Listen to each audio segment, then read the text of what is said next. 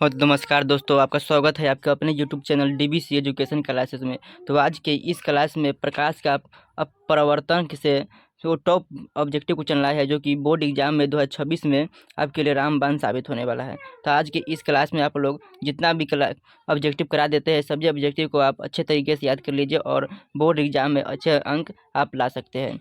और 100 ऑब्जेक्टिव में से आप 100% आप 50 रंग कर आ पाएंगे। 50 में ऑब्जेक्टिव आप रंग कराएंगे, ये मेरा गारंटी है। तो चलिए आज एक क्वेश्चन को देखते हैं। प्रकाश के परिवर्तन से लिए है और ऑल VVI ऑब्जेक्टिव क्वेश्चन है, जो आपके बोर्ड एग्जाम के लिए बहुत ही रामबाण साबित होने वाला है। और यही सब प्रश्न आपकी परीक्षा में आएंगे। आप लोग को सिर्फ आपको याद कर लेना है। चलिए पहला क्वेश्चन देखते हैं।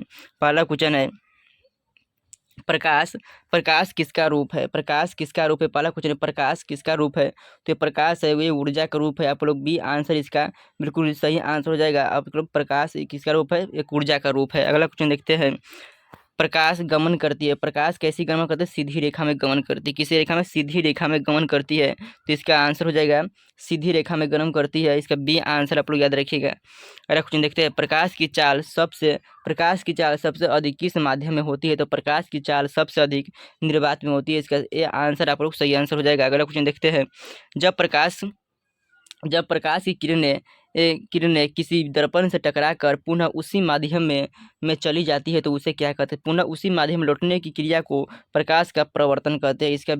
इसका बी आंसर आप लोग याद रखिएगा, प्रकाश का प्रवर्तन हो जाएगा। अगला क्वेश्चन देखते हैं।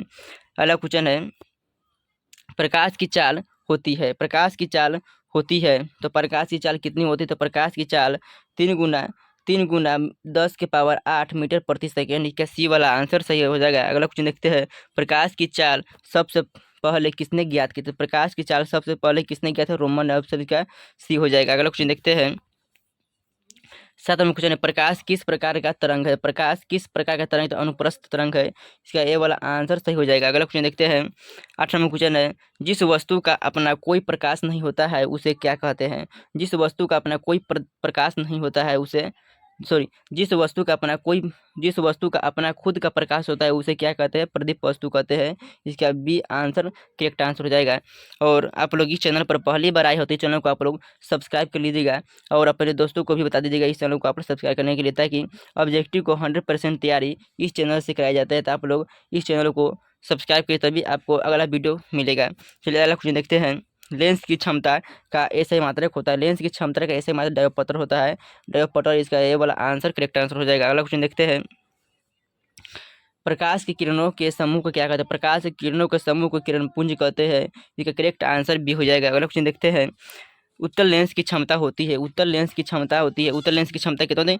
कौन सा होता है? उत्तल लेंस की क्षमता होती है, तो उत्तल लेंस की क्षमता धनात्मक होती है और अवतल पूछेगा तो ऋणात्मक होती है।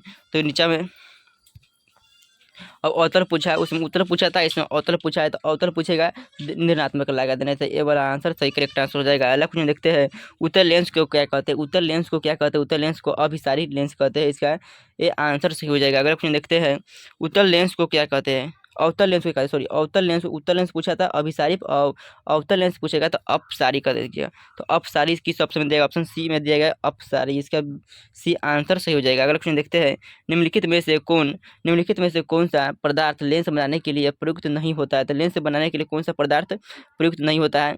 तो जल होता है, कांच होता है, प्लास्टिक होता है, लेकिन मिट्टी नहीं होता है। इसका डी आंसर सही हो जाएगा। अगला क्वेश्चन, किस दर्पण से हमेशा वस्तु से छोटा प्रतिबिंब बनता है? किस वस्तु से हमेशा वस्तु से छोटा प्रतिबिंब बनता है? छोटा प्रतिबिंब अवतल दर्पण में। इसका ये आंसर सही हो जाएगा, अवतल। इसका सी आंसर सही हो जाएगा। अगला क्वेश्चन देखते हैं, किस दर्पण से वस्तु का बड़ा प्रतिबिंब बनता है? दर्पण, सॉरी इसमें है, किस वस्तु से हमेशा छोटा प्रतिबिंब बनता है? छोटा प्रतिबिंब उत्तल दर्पण से। इसका बी आंसर सही हो जाएगा, सी ऑप्शन नहीं होगा। और किस दर्पण से बड़ा प्रतिबिंब बनता है? तो उत्तल दर्पण से। तो इसके उत्तल दर्पण से, इसका बी आंसर करेक्ट आंसर हो जाएगा। अगला क्वेश्चन देखते हैं, प्रकाश के प्रवर्तन के कितने नियम है? प्रकाश के प्रवर्तन के कितने नियम है? तो प्रकाश के प्रवर्तन के 2 नियम है, और अपवर्तन भी पूछेगा तो 2 ही बताना है। और अगला क्वेश्चन देखते हैं, जब प्रकाश की किरण हवा से कांच में प्रवेश करती है तो मुड़ जाती है हवा। देखिए ये है, एक है, और ये जो है ये अभिलंब है, और ये है जो क्या है? हवा है। ये ये हवा है और ये कांच है। क्या है? ये कांच है, कांच है, ये कांच है। तो जब भी इस रंग से आएगा तो इधर इधर जाने की वजह से ये इधर ही मुड़ जाएगा। तो इधर मुड़ना क्या कहलाता है? यह क्या है? यह है अभिलंब है, यह अभिलंब है। तो ये अभिलंब की ओर मुड़ गया, बजाना था इधर लेकिन चला गया इधर, तो ये अभिलंब की ओर मुड़ जाएगा। तो अभिलंब की ओर मुड़ जाएगा, तो अभिलंब से निकट, इसका बी आंसर सही हो जाएगा। अगला क्वेश्चन देखते हैं। फोटो फोटोग्राफी कैमरा में फोटोग्राफी कैमरा का अभिदृश्य होता है। फोटोग्राफी कैमरा का अभिदृश्य किसका होता है? तो अभिदृश्य किसका? तो फोटोग्राफी कैमरा का अभिदृश्य उत्तल लेंस का होता है ना। फोटोग्राफी कैमरा का अभिदृश्य उत्तल लेंस का होता है। ऑप्शन इसका ये आंसर सही हो जाएगा। साइड मिरर के रूप में प्रयुक्त होता है, साइड मिरर के रूप में प्रयुक्त होता है, तो उत्तल दर्पण प्रयुक्त होता है। इसका बी वाला आंसर सही हो जाएगा, उत्तल दर्पण प्रयुक्त होता है। अगला क्वेश्चन है, मोटर गाड़ी के चालक के सामने, मोटर गाड़ी के चालक के सामने इसे ही कहते हैं साइड मिरर कहते हैं। मोटर गाड़ी के चालक के सामने जो शीशा लगा होता है, शीशा मोटर गाड़ी के चालक के सामने जो शीशा लगा होता है उसे कैसे कहते हैं? तो कौन सा शीशा लगा होता है? मोटर गाड़ी के चालक के सामने लगा होता है, तो कैसा क्या लगा होता है? उत्तल दर्पण लगा होता है। इसका बी आंसर करेक्ट आंसर हो जाएगा। अगला क्वेश्चन देखते हैं। तीसरा क्वेश्चन है, मोटर कार के हेडलाइट में, जो हेडलाइट है ये गाड़ी के हेडलाइट में जो होता है, गाड़ी के हेडलाइट में जो दो बॉल होते हैं उसे क्या कहते हैं? गाड़ी के हेडलाइट में किसका प्रयोग होता है? तो हेडलाइट में किसका प्रयोग होता है? तो अवतल दर्पण का प्रयोग होता है, अवतल दर्पण। इसका सी आंसर करेक्ट आंसर हो जाएगा। अगला क्वेश्चन देखते हैं। समतल दर्पण द्वारा बना प्रतिबिंब होता है, समतल दर्पण द्वारा बना प्रतिबिंब किसका ऐसा होता है?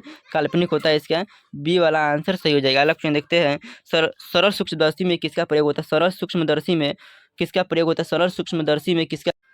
तो उत्तल लेंस का प्रयोग होता है सरल सूक्ष्मदर्शी में। अगला क्वेश्चन देखते हैं। किस लेंस के द्वारा सिर्फ काल्पनिक प्रतिबिंब प्राप्त होता है? किस लेंस के द्वारा सिर्फ काल्पनिक प्रतिबिंब प्राप्त होता है? उत्तल लेंस के द्वारा ना।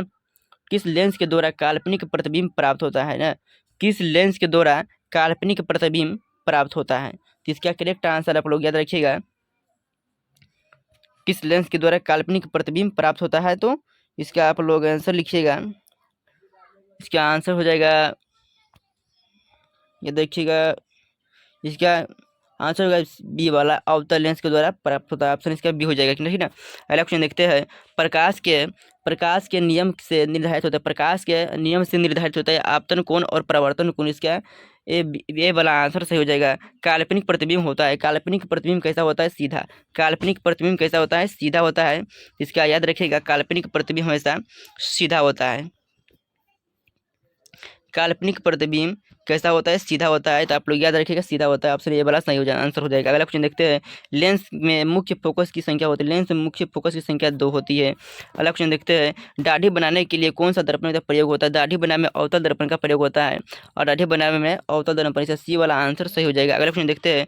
सर्च लाइट का प्रवर्तक सतह होता है, सर्च लाइट का प्रवर्तक सतह कैसा होता है? सर्च लाइट का प्रवर्तक सतह अवतल दर्पण होता है, इसका अवतल होता है। ऑप्शन बी वाला आंसर सही हो जाएगा। अगला क्वेश्चन देखते हैं। मोटर गाड़ी के साइड मिरर में किस दर्पण का प्रयोग होता है? मोटर गाड़ी के साइड मिरर में किस दर्पण का प्रयोग होता है? उत्तल दर्पण का प्रयोग होता है। ऑप्शन ए वाला आंसर ए सही हो जाएगा। अगला क्वेश्चन देखते हैं।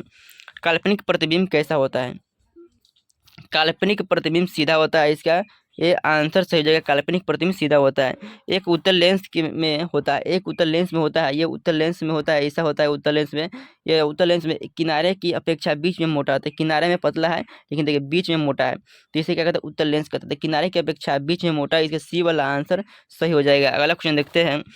सोलर कुकर में प्रयुक्त होता है, सोलर कुकर में कौन सा दर्पण प्रयुक्त होता है? सोलर कुकर में अवतल दर्पण का प्रयुक्त होता है। ऑप्शन इसका ये आंसर सही हो जाएगा। अगला क्वेश्चन देखते हैं। उत्तल लेंस में बना प्रतिबिंब होता है, उत्तल लेंस में बना प्रतिबिंब वास्तविक और उल्टा होता है, इसका ये बी आंसर सही हो जाएगा। वास्तविक और उल्टा होता है। अगला क्वेश्चन देखते हैं। किस लेंस के द्वारा उत्पन्न आवर्धन का ऐसा मात्रक क्या है? किसी लेंस द्वारा उत्पन्न आवर्धन का ऐसा मात्रक नहीं होता है, तो ये मात्रक विहीन होता है, इसका डी आंसर सही हो जाएगा। अगला क्वेश्चन देखते हैं। लेंस के केंद्रीय बिंदु को क्या कहते हैं? लेंस के केंद्रीय बिंदु को क्या कहते हैं? तो लेंस के केंद्रीय बिंदु को कहते हैं प्रकाशिक केंद्र। प्रकाशिक केंद्र, इसका बी आंसर सही हो जाएगा। अगला क्वेश्चन देखते हैं। किसी शब्दकोश में पाए गए छोटे अक्षरों को पढ़ने के समय आप निम्नलिखित में से किस लेंस का पसंद करेंगे? किस लेंस को पसंद करेंगे? तो 5 सेंटीमीटर फोकस दूरी का उत्तल लेंस, 5 सेंटीमीटर फोकस दूरी का उत्तल लेंस का डी आंसर सही हो जाएगा। अगला क्वेश्चन देखते हैं। आज क्लास 40 क्वेश्चन रहा था, 40 क्वेश्चन कराया प्रकाश का परावर्तन से, तो आप लोग इस क्लास को सब्सक्राइब नहीं किए तो सब्सक्राइब कर लीजिएगा, और इस क्लास को लाइक नहीं किया तो लाइक कीजिएगा और अपने दोस्तों को शेयर कीजिएगा। और आप लोग इस चैनल पहली बार आए हो, चैनल पहली बार वीडियो देख रहे हो, तो ऑब्जेक्टिव की संपूर्ण तैयारी के लिए, सभी विषय की संपूर्ण तैयारी के लिए आप इस चैनल को आप लोग सब्सक्राइब कीजिएगा। और जब पूरा वीडियो देखने के लिए आपको बहुत बहुत धन्यवाद करते हैं। आपको जय हिंद, धन्यवाद। मिलते हैं अगली क्लास में।